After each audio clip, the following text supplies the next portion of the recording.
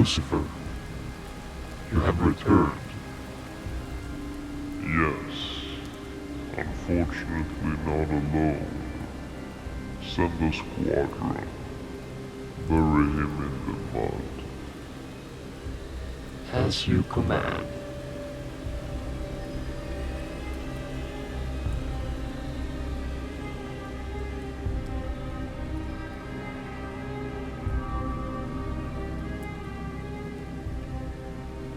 It's time for the second installment of Lucifer's Sanctum.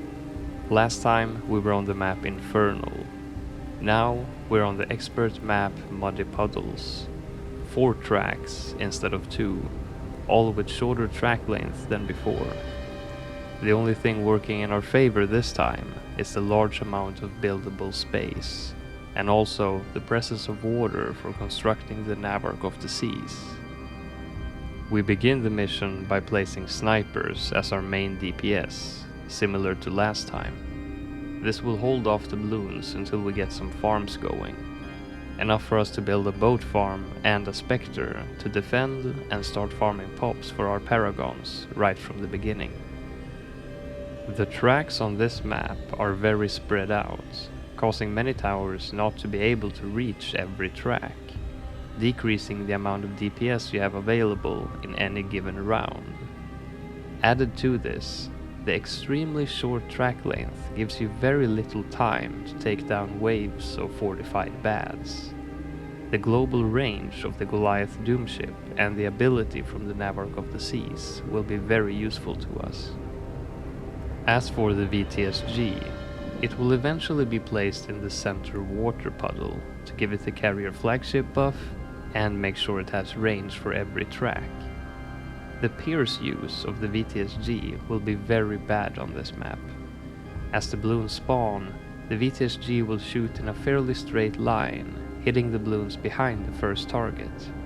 But as the bloons get halfway through the track, the use of its pierce will drop to its minimum. We will need to get a lot of sun temples and make sure to get 2 support temples to give extra range to all temples in order to get as much damage as we can on this short length of track. Adora will also be able to give extra range and attack speed to all our sun temples with her blood sacrifice ability. You may think that this map is terrible for the super brittle debuff, but actually, as you will see later, placing the super brittle near the top center will actually allow it to reach bad balloons on all 4 tracks, debuffing them in the beginning where they take the most damage. Then we will place normal embrittlement ice monkeys here and there to cover the track further down. After getting the boat farm running, the next step is pretty straightforward. Fill the map with farms while upgrading the ace to make sure it can defend and get all the pops. We build the Monkey Wall Street and 9 central markets to increase the money made by our boat farm. Each dollar made by the boats counts as 4 pops towards increasing our paragon degree. Increasing the degree of the Navarch paragon decreases the cooldown for the hook-in ability. You will still only have 2 uses maximum per round, but with a track this short, ability cooldown time does make a difference. On round 104, we place our Grand Sabo and use its ability constantly to start farming pops for our Ninja Paragon. We will also Ultra Boost our Monkey Wall Street and our Banana Central to give them both 10 stacks. Given the short track length, we will soon need more DPS, so we want to get our farming done as soon as possible. On round 136, we got our degree 76 Goliath doomship. We also get a few more ninjas and build a sentry champion and an XXXL trap to start farming pops for our engineer paragon, and a small army of plasma monkey fan club dart monkeys to start farming pops for the apex. We get a permabrew and a chinook to be able to permabrew everything to increase the amount of pops that they can steal from the ace paragon. We also use our pirate lord's hook-in ability constantly to help it get it more pops. On round 164, we get our degree 62 Navarch, and on round 176, we are done farming, so we sell every farm to make space for high DPS towers. We now go ahead and create our degree 76 Ninja Paragon and get several boomerang monkeys to start farming pops towards the glaive Dominus.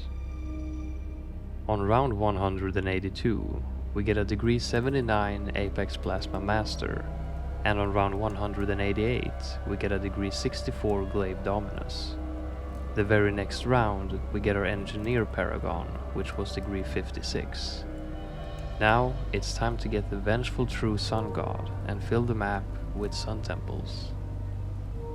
We will place our Super Brittle around the start of the track in the center, along with our Glue Storm, all within range of the primary expertise, and our Cripple Moab at the bottom of the map. After that, we will get a lot of other useful tier 5 towers, as well as some sun avatars, while we ultra boost Adora and the VTSG, and move the permabrew around to buff every tower. We will also get some overclocks tech-botted to our sun temples, Adora and VTSG. Once that is done, the setup is complete. Now all we need to do is to continue to use Adora's Blood Sacrifice ability for 100% uptime, and if necessary we can micro the Goliath doomship ability and sell and rebuy Homeland Defense for more uptime on the ability. This map presented a challenge differing from the last. Now we have an abundance of space, but the possible tower locations are all of bad quality. Making the most out of your DPS towers by starting to ultra boost them early will be of big help, and the placement of debuff towers will play a big role. The Super Brittle, just about reaching the outer tracks, provided much needed help for those rounds. Despite the multiple shorter tracks, this map proved, as expected, to be easier than the last due to the large amount of buildable space.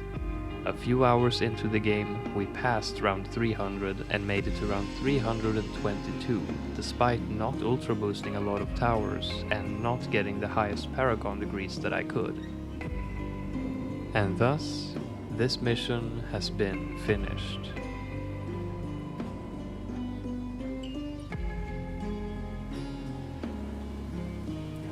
Well, I'm glad that's over. What now?